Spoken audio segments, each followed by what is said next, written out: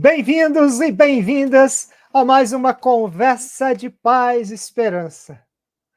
E agora, neste mês de março, estamos completando um ano de programa Conversas de Paz e Esperança. Você deve se lembrar muito bem do nosso primeiro programa com Marcelo Barros, em que nós falamos do tema da paz, e depois trouxemos a nossa companheira, a nossa amiga Madalena Torres, para falar do tema esperança. E aí já chegamos a um ano de programação. E esse mês de março, agora, a partir de hoje, desta segunda-feira, nós temos programas comemorativos, que nós estamos denominando Vozes do Sagrado, a espiritualidade vista por elas. Vamos falar de espiritualidade, vamos falar de esperança durante todo esse mês de março, convidando mulheres, lideranças que são testemunhas de vida e de espiritualidade em suas respectivas comunidades para falar aqui desse tema tão caro e tão importante para a nossa sociedade, para todos os brasileiros e brasileiras, que é o tema da espiritualidade.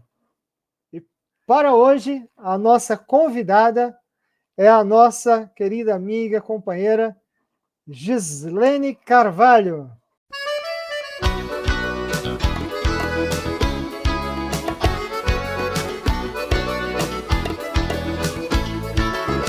É bonita demais, é bonita demais, a mão de quem conduz a bandeira da paz. É bonita demais, é bonita demais, a mão de quem conduz a bandeira da paz.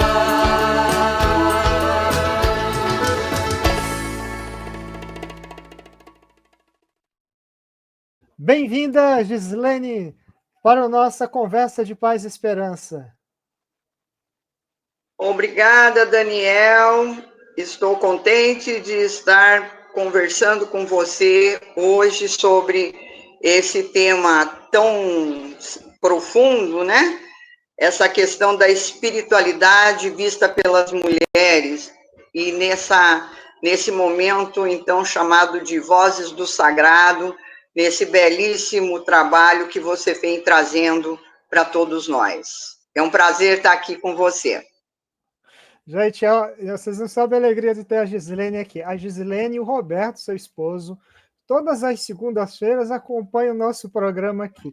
E tem várias outras pessoas que fielmente estão acompanhando o nosso programa toda segunda-feira, já há um ano.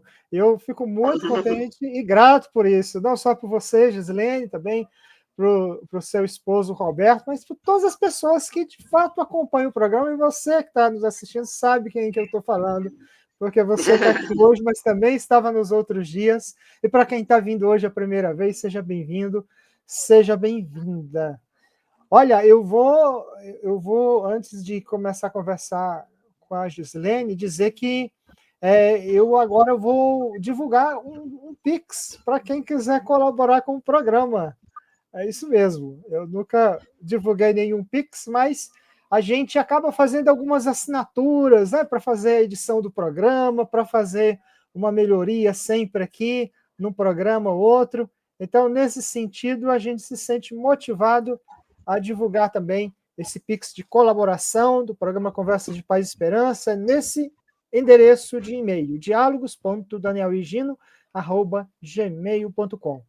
Também eu peço para que você se inscreva no canal e também curta, divulgue e assine o canal. Isso é muito importante para que essas boas notícias que trazemos aqui possam ser cultivadas para tantas outras pessoas. Gislene, quem que é você, Gislene Carvalho? Eu te conheço, tenho grande admiração pelo seu trabalho, pela sua vivência, pelo seu testemunho, mas queria que as pessoas também conhecessem um pouquinho mais da Gislene. Quem que é Gislene Carvalho? Pois é, Daniel. Eu sou uma paranaense, nasci na cidade de Ponta Grossa em 1950 e lá vivi com a minha família até os 16 anos. Depois vim para São Paulo, né? Minha família migrou para São Paulo.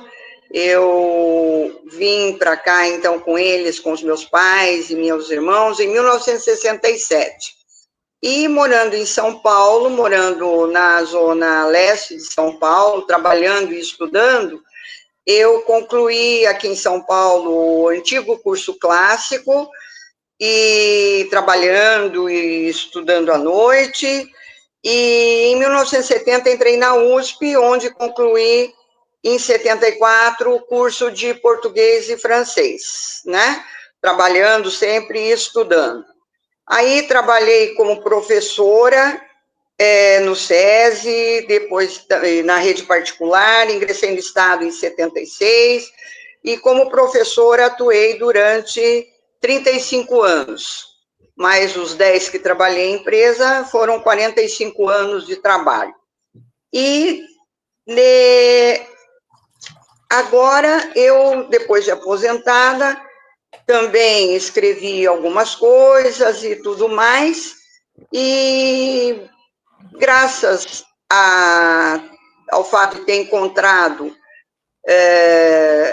a família de Carlos de Foucault, a gente se conheceu também, né, Daniel? Isso mesmo, eu me lembro, na verdade, tem muitos anos que eu a conheço, mesmo antes de eu participar da fraternidade secular, ainda na fraternidade sacerdotal, teve uma oportunidade que eu estava em São Paulo, eu acho que eu estava com o padre Celso Pedro, e nós fomos fazer uma visita para você e para o Roberto, há muitos anos. Muitos anos. Isso. E aí depois a gente se encontra na fraternidade secular, você deu uma palestra brilhante na última Assembleia Nacional, eu fiquei encantado, desde então. Nós trabalhamos juntos naquele momento e foi muito bom realmente, né? Você já disse, meu marido é o Roberto, né? Delgado de Carvalho, e nós temos 2 filhas, então uma família pequena, mas que estamos aí na caminhada. Certo. Giselene, você então é de tradição católica, apostólica romana, você então participa, frequenta e cultiva a espiritualidade do irmão Carlos de Foucault, e, enfim, me diga o que nós queremos saber nessa noite. O que é espiritualidade para você? Como é que você vivencia? Como é que você põe em prática a sua vivência de espiritualidade na sua vida concreta e a importância disso para a gente, para a vida em sociedade? Me fale disso. Olha, Daniel, eu colocaria o seguinte, né? Eu sou de uma geração de mulheres que, na sua maioria, né, mesmo a duras penas, conseguiu estudar, se profissionalizar e cumprir dupla ou tripla jornada de trabalho todos os dias, né? E, como você disse, eu venho de uma família cristã, católica, mas nessa família já imperava um certo sincretismo religioso, porque meus avós maternos eram espíritas kardecistas, né? Mas, enfim, eu fui batizada na Igreja Católica, tive o privilégio de depois fazer a catequese com padres capuchinhos, que eu sempre penso que foi muito importante, porque para a época, né, final dos anos 1950, eles eram muito simples, eles tinham um trato muito bonito com as crianças, e eu me lembro que havia um frei que fazia até bailes de carnaval no carnaval com a gente. Isso me trouxe uma coisa muito boa, que é uma leveza que nem sempre é forte na Igreja Católica, né? Então, me fez muito bem isso. E depois, quando nós migramos para São Paulo, e também no período que eu entrei na universidade, eram os anos de chumbo, foram anos difíceis e tudo mais, e a minha cabeça foi meio complicada nessa época. Mas, enfim, eu nunca perdi a fé, muito pelo contrário, né? e tive o privilégio, depois, em 1972, por volta de 1972, conhecer uns padres belgas que trabalhavam no extremo leste lá da cidade de São Paulo, né? E onde morávamos com a família, e isso foi muito bom, porque ali, meio tateando, meio sem entender muito o que estava acontecendo, eu me aproximei da teologia da libertação. E isso foi muito bom, porque veio no momento certo na minha vida, tudo isso. E o que aconteceu? E eu fui trabalhar depois, primeiro trabalhei em escolas leigas, como eu disse, no SESI, em escolas particulares, e depois eu fui trabalhar no Colégio Rainha dos Apóstolos, lá no Ipiranga. E o bispo da região, Dom Luciano Mendes de Almeida, costumava dar palestras para nós, e nós éramos convidados pelas freiras, nada era obrigatório, a gente ia porque queria. E foi uma bênção, porque foi uma grande descoberta olhar, né, a religião católica, apostólica, romana, e ver o cristianismo a partir do que Dom Luciano conversava conosco. Isso tudo me emociona, até quando me lembro disso atualmente. E depois, em 1978, tive o privilégio de, 77, conheci o Roberto, né, o meu marido, e aí conheci também Benedito Prézia. E aí a fraternidade Carlos de Foucauld entrou na minha vida, parece que para sempre, né? E isso não me ajudou muito. Então, a minha espiritualidade está muito ligada a essa questão, né, de que na vida, essa espiritualidade, procurar viver de forma simples, viver na vida o que é essencial, né? E aí, isso foi para mim, não sei se estou respondendo exatamente a sua pergunta, mas eu, como você disse, sou de uma família cristã, sou de uma família cuja casa sempre foi muito aberta, muito fraterna, e isso me ajudou a entender o quanto eu recebia da vida, o quanto, eu recebi muito da vida. E eu aprendi que eu precisava partilhar isso. E, como você sabe, o Roberto também é uma pessoa que só veio somar na minha vida, e a gente, cultivando esses valores, né, caminha procurando, com todos os nossos limites humanos, viver a fé, procurando amar e respeitar as pessoas, e principalmente não esquecer dos que tiveram menos oportunidades que a gente, que são os excluídos, e que é, para mim, a grande mensagem de Carlos de Foucauld, né? Do irmão Carlos de Foucauld. São Carlos de Foucauld para nós hoje. Muito bem, Gislene. Enfim, você fala do irmão Carlos de Foucauld, falou da espiritualidade que é muito conectada com a sua história de vida e com todas as experiências que você teve em contatos com presbíteros, com outros leigos, com bispos, com religiosas, leigas, enfim.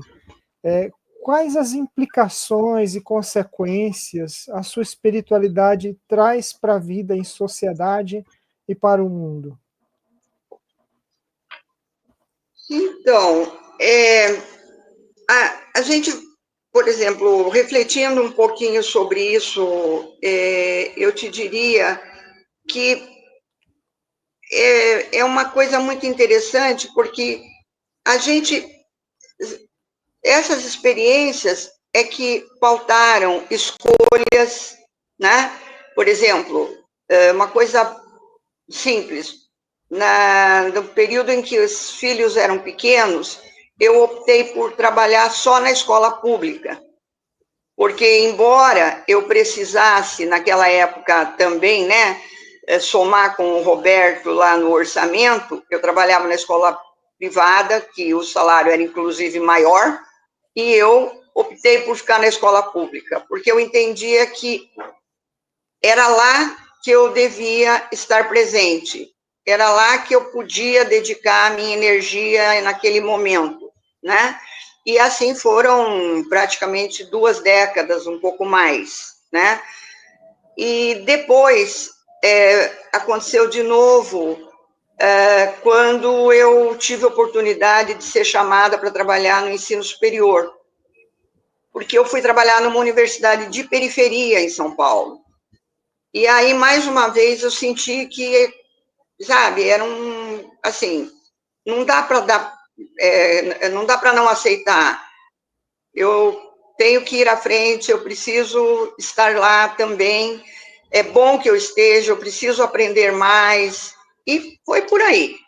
Então, foi um tempo bom, né? Na escola pública, eu pude trabalhar em coisas como coordenar um centro de línguas, que deu oportunidade para muitos adolescentes e jovens, e esse projeto existe até hoje, então isso me dá uma alegria muito grande.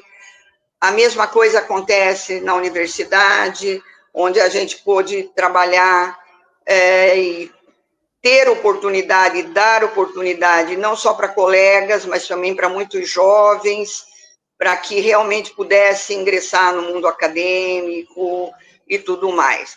Então, eu não consigo ver as coisas separadas e, para mim, é uma graça sentir que é isso que eu consigo entender como viver a espiritualidade na vida, né? Não sei se está correto ou não está correto, mas, enfim, é a minha história. Claro, a partir da sua vivência. Eu acho que uma coisa mais importante que as pessoas, às vezes, quando conversam sobre espiritualidade, às vezes espera assim experiências místicas, miraculosas, coisas para além do natural, né, vivências sobrenaturais, e as coisas não são assim. Quando a gente fala de espiritualidade, a gente fala de algo ali, do segmento de Jesus, tendo dentro da espiritualidade cristã, um segmento de Jesus que inspira a gente a ter atitudes, comportamentos e práticas no simples, no cotidiano, nas pequenas coisas, no ordinário da vida, não no extraordinário. Agora, se o extraordinário vem, também a pessoa está preparada para dar respostas nesse extraordinário da vida, mas a vida inteira, no seu ordinário, ela já é ordinária, porque as coisas são simples, elas são concretas, são reais. A espiritualidade interage assim, né, Gislaine? Então, quando você fala essas coisas para mim, eu acho que está exatamente na perspectiva do que eu olho, do que eu vejo, do que eu percebo. E é muito bom ouvir da sua palavra todas essas vivências que você teve, a opção para a escola pública, por exemplo, né? E você sabe que você falou do ordinário e do extraordinário. Muita coisa extraordinária, eu diria, aconteceu nessa trajetória, né?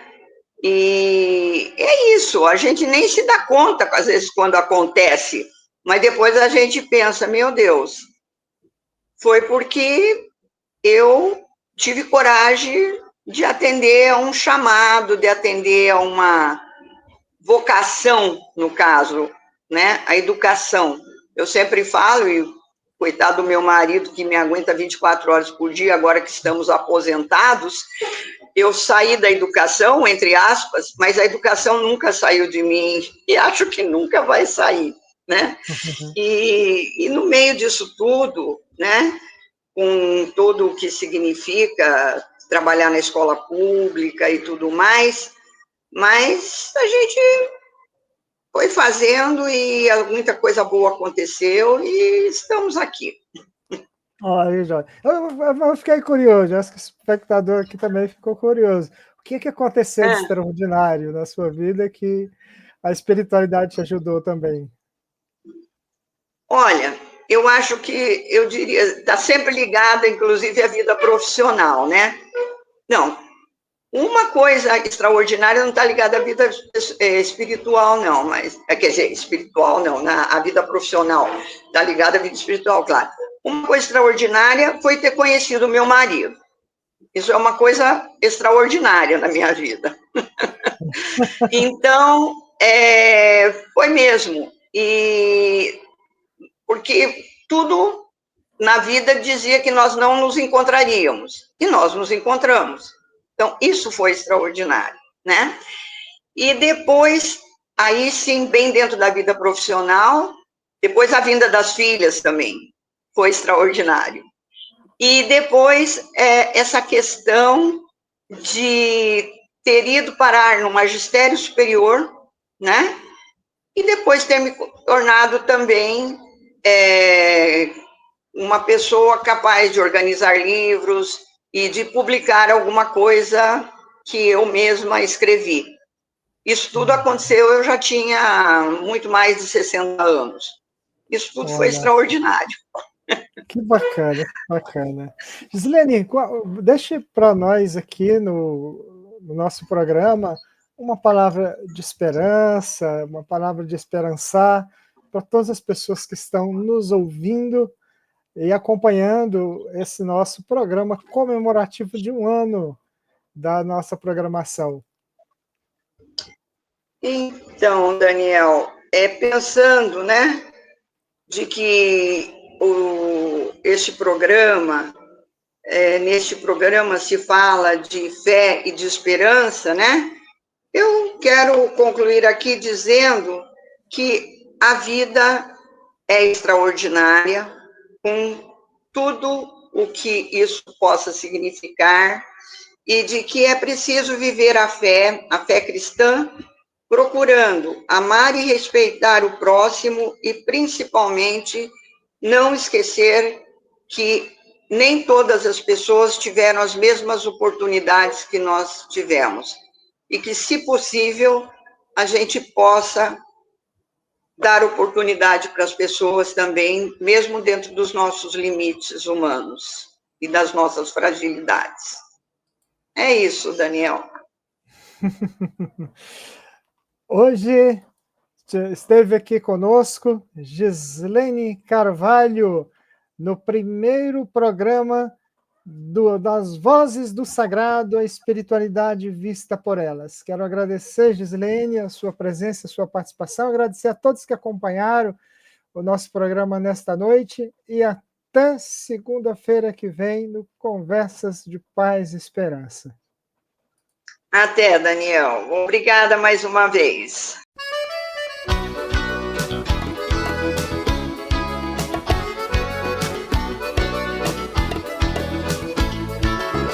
É bonita demais, é bonita demais, a mão de quem conduz a bandeira da paz. É bonita demais, é bonita demais, a mão de quem conduz a bandeira da paz.